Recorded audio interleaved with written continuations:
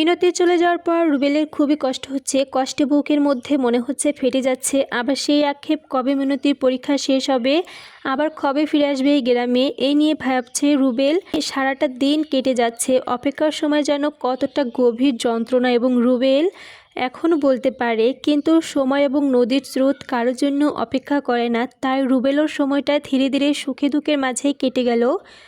মিনতির পরীক্ষা শেষ হলো। মিনতি আবারও চলে এলো নানার বাড়ি। দুজনের সম্পর্ক আস্তে আস্তে আরও গভীর হলো। প্রতিদিনই দেখা করার কথা, তারপর চিঠি দেওয়া হয়নি।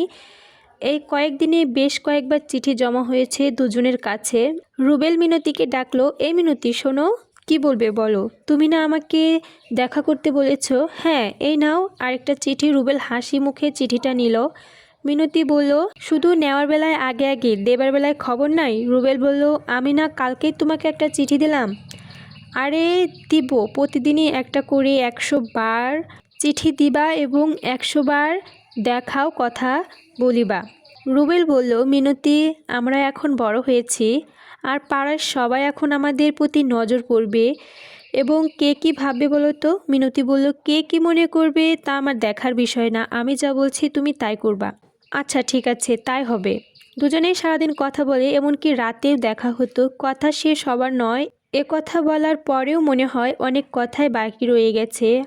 আর সারা দিন রাত দেখা হলেও মনের আশা চোখের পাতায় জোড়ায় না। হঠাৎই রুবেল একটা গান মনে হলো, যদি সব সাগরের জল কালি হতো, তবে পৃথিবীর সব গাছ লিখনি হতো, শেষ হতো না। রুবেল মনে মনে বলল, জহির আহমেদ, তুমি তোমার কাহিনী কেন?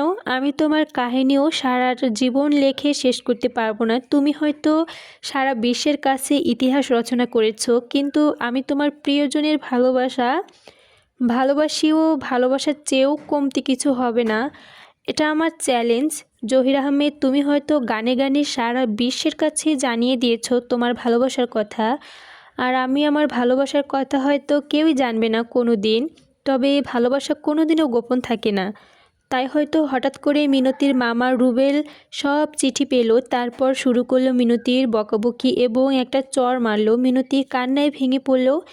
মিনতির খালা লিজা অনেক কষ্টে মিনতিকে বাঁচালো। মিনতির মামা চড়াও হলো রুবেলের উপর। এক কথায় শুনে রুবেলের মাথায় যেন আকাশ ভেঙে পড়ল। রুবেল কি করবে কিছুই ভেবে পাচ্ছে না। শুরু হলো গ্রামের আসল কাহিনী। রুবেল প্লাস মিনতি। কেউ হয়তো একদিন ভালোবাসার দুঃখ, কষ্ট, জ্বালা যন্ত্রণার কথা বুঝতো না। বুঝলে হয়তো কেউই প্রেম করতো না। রুবেল কি করবে কিছুই ভেবে পাচ্ছে না। মাথাটা ঘুরছে, সারাদিন ঘামে ভিজে যাচ্ছে। হঠাৎ সিদ্ধান্ত নিল মিনতির মামার কাছে কয়েকদিন দেখা করবে না, কিন্তু এভাবে কদিন পালিয়ে থাকবে। হ্যাঁ, কয়েকদিন দেখা না করলেই সব ঠিক হয়ে যাবে। মিনতি নিজেকে বেশি অপরাধী মনে করছে, কারণ চিঠিগুলো মিনতির কাছ থেকেই ধরা পড়েছে। রুবেল হয়তো আমার উপরে অনেক রেগে আছে। রুবেলের সাথে কথা বলার জন্য মিনতির মনটা ছটফট করছে। তাই লিজা খালা নিয়ে সংবাদ দিয়ে রাতে যেন রুবেল জানালার ধারে দেখা করতে আসে। রুবেল গভীর রাতে জানালার ধারে মিনতির কাছে ঘুমপাড়ানি জানালার গ্রিল ধরে দাঁড়িয়ে আছে। মিনতি রুবেলকে দেখে কেঁদে দিল। দুজনে আবেগে দুজনকে জড়িয়ে ধরে বলল, কেউ যেন কাউকে ছাড়া বাঁচবে না। মিনতি কেঁদেই যাচ্ছে অবিরাম। রুবেলের চোখে জল টলমল করছে। সান্ত্বনা দেওয়ার জন্য আজও কোনো ভাষা পাচ্ছে না।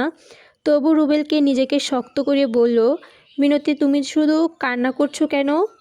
তুমি আমাকে ক্ষমা করে দাও রুবেল। আমার জন্য সব চিঠি ধরা পড়লো, আমার জন্যই এত অশান্তি। না মিনতি, এই জন্য আমি তোমার উপর কোনো রাগ করিনি। আসলে একদিন না একদিন সব কথা সবাই জেনেই যেত, না হয় একটু আগেই জেনেছে। তুমি এত ভালো কেন রুবেল? আমাকে কেন একা থাকতে দেবে না, তাই কালকে চলে যাবে? মিনতি চলে যাওয়ার কথা শুনে রুবেল কেঁদে ফেলল। মিনতি হাত ধরে বলল, আমি যেখানে যত দূরেই থাকি না কেন, শুধু তোমারই থাকবো। পৃথিবীতে এমন কোনো শক্তি নেই আমাকে আলাদা করার। দুজনেই আস্তে আস্তে মনকে শক্ত করলো। রুবেল বলল, তুমি আমাকে নিয়ে ভেবো না, কাল বাড়ি যাও, আর আমি ঢাকায় গিয়ে চাকরির ব্যবস্থা করি। তোমার আর আমার সম্পর্ক মেনে নিবে না কোনো দিনও, তাই যুদ্ধ করে জয় করতে হবে। রুবেল বলল, হ্যাঁ, তুমি যত তাড়াতাড়ি পারো একটা চাকরির ব্যবস্থা করো, তোমাকে প্রতিষ্ঠিত হতে হবে। এবার তুমি যাও, মামা জানতে পারলে আমাকে আস্ত রাখবে না। অনেক রাত হয়েছে। না, আমি যাব না। তুমি থাকবে এই একটিমাত্র রাত, সকালে চলে যাব। আর এখানে আমাকে চলে যেতে বলছো? রুবেল, জেদ করো না, সব কিছু বোঝার চেষ্টা করো। তাছাড়া তুমি চলে গেলে আমিও কষ্ট কম পাবো না। আর দেখো, আকাশে বিদ্যুৎ চমকাচ্ছে, যে কোনো সময় বৃষ্টি হতে পারে, মনে হয় এখনই বৃষ্টি নামবে। রুবেলের মাথায় একটু দুষ্টু বুদ্ধি এলো, তাই যেতে পারি একটা শর্তে। মিনতি বলল, কী শর্ত? তোমার লাল টুকটুকে গালে একটা কিস দিব। দেবো না দেবো, আগে বিয়ে করো, তারপরে তোমার সব কিছু দিয়ে দেব। এখন তোমাকে কিছুই দেব না। তুমি তো ধীরে ধীরে বাংলার ছবি দেখে খুব খারাপ হয়ে যাচ্ছ। একসাথে মিনতি অনেক কথা বলল। তুমি যাই বলো না কেন, তোমার হাত ধরলাম, কিস না দেওয়া পর্যন্ত ছাড়বো না। তুমি আমাকে কোন অধিকারে কিস দিতে চাও? কেন, ভালোবাসার অধিকারে? খুব সহজে বলল রুবেল, ভালোবাসার অধিকারে কিস দেওয়া যায়? যায় মিনতি, যায়, দুজনের মিল থাকলে যায়। তুমি গ্রামের ছেলে হয়ে এত পাকা পাকা কথা শিখলে কোথা থেকে?